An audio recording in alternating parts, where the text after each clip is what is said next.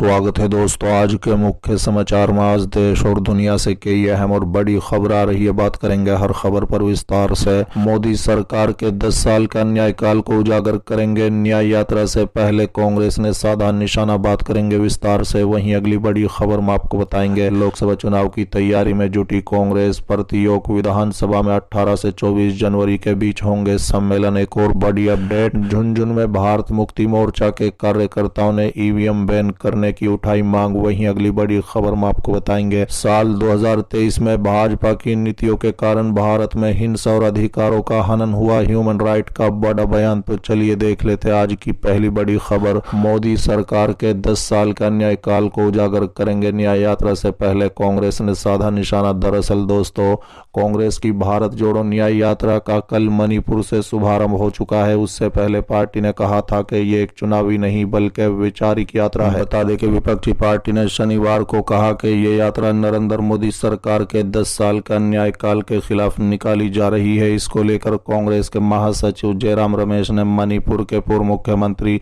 ओकराम ओबेबी Singh, party के प्रदेश प्रमुख मघचंद्र सिंह और कांग्रेस कार्य समिति के सदस्य गोखंग के साथ एक प्रेस कॉन्फ्रेंस की। इस दौरान उन्होंने कहा है कि प्रधानमंत्री अमृतकाल के सुनहरे सपने दिखाते हैं, लेकिन बीते 10 वर्षों की हकीकत क्या है। अमृतकाल के बड़े बड़े वादे किए जाते हैं, लेकिन अन्यायकाल का कोई जिक्र तक नहीं किया जाता है। बता दें, रमेश ने कहा है कि देश एक ऐसी विचारधारा का सामना कर रहा है जो ध्रुवीकरण, आर्थिक समानता और राजनीतिक अधिन्यायवाद में भरोसा करती है। उन्होंने ऐसे राष्ट्र के लिए सबसे बड़ी चुनौती बताया है। उन्होंने कहा है कि ये यात्रा बीते 10 वर्षों में हुए राजनीतिक, आर्थिक और सामाजिक अन्याय को ध्यान में रखकर निकाली जा रही है। उन्होंने कहा है कि ये एक सियासी पार्टी की यात्रा है, ये एक वैचारिक यात्रा है, लेकिन चुनावी यात्रा नहीं है। ये यात्रा देश के 15 राज्यों से गुजरेगी, जिनमें से लोकसभा क्षेत्र कवर होंगे। पार्टी का मानना है कि ये सांसद राहुल गांधी के नेतृत्व में कन्याकुमारी से कश्मीर तक चली भारत जोड़ो यात्रा की तरह परिवर्तनकारी साबित होगी। कांग्रेस का कहना है कि सरकार ने उसे संसद में जनता के मुद्दों को उठाने का मौका नहीं दिया, इसलिए वो मणिपुर से मुंबई तक की ये यात्रा निकाल रही है। इसका कहना है कि इस यात्रा का मकसद संविधान में निहित न्याय, स्वतंत्रता, समानता और बंधुत्व को सिद्धांतों को फिर से बहाल करना है।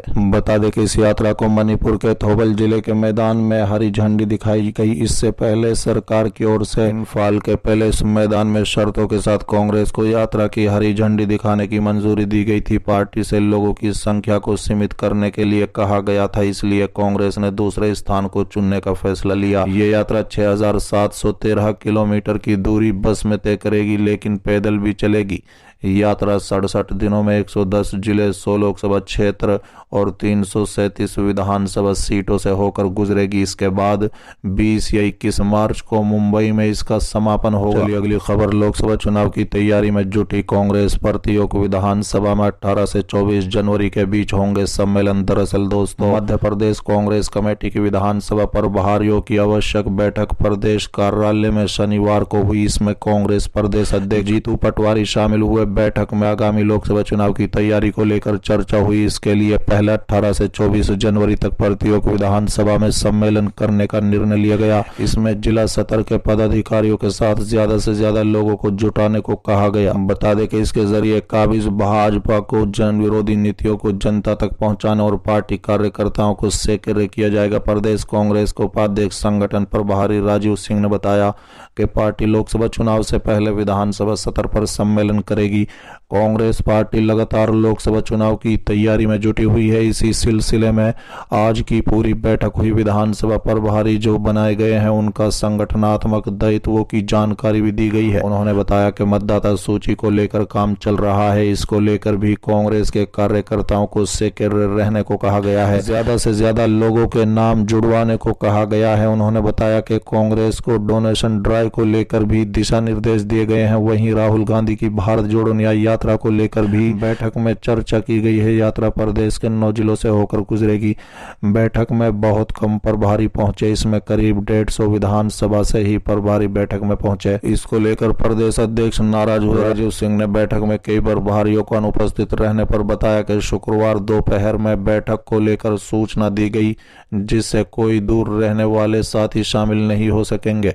अलग अलग कारणों से प्रभारी नहीं आए, उन सभी ने जानकारी दी है। बैठक में प्रभारियों ने अपने विधानसभा में गुटबाजी तो किसी ने अलग अलग हार के कारण बताए। इस बार प्रदेश अध्यक्ष ने सभी से हार की निराश से उभर कर काम करने को कहा।